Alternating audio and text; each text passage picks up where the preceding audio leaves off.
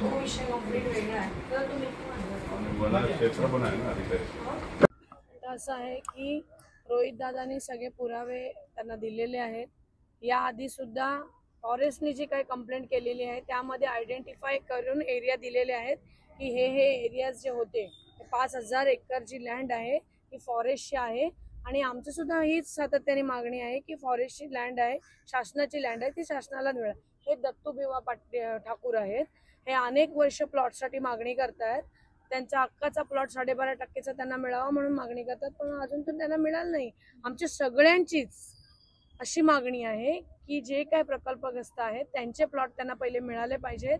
आणि शासनाने सुद्धा अनेक वेळा ॲफिडेव्हिट केले की तशा पद्धतीचे पत्रव्यवहार सुद्धा केलेले आहेत की या ठिकाणचं जे काही बिवळकर आहेत ते या ठिकाणचे लँडलॉर्डच नाही आहेत, त्यांची जमीन आता ही नाहीच आहे. आणि अशा अनेक वेळा शासनाने ॲफिडेव्हिट केलेले असताना सुद्धा त्यांना जमीन दिलेली गेली, अनधिकृतपणे जमीन दिलेली गेली.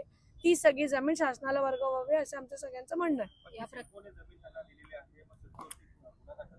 सिडकोवरती गुन्हा दाखल करण्याची मागणी नाही केलेली आहे. आज फॉरेस्टने जे काय मागणी केलेली आहे की दत्तू या ठिकाणचे असलेले बिवळकर यांच्यावर गुन्हा दाखल व्हावा, त्या संदर्भामध्ये पाठपुरावा करण्यासाठी आम्ही या ठिकाणी आलो होतो.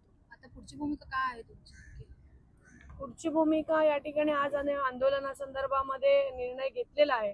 पण माझे सहकारी या ठिकाणी नवी मुंबईचे जिल्हाध्यक्ष सुद्धा या ठिकाणी आज माझे बंधू आहेत, त्यांचं म्हणणं मी ऐकेन. बिवलकर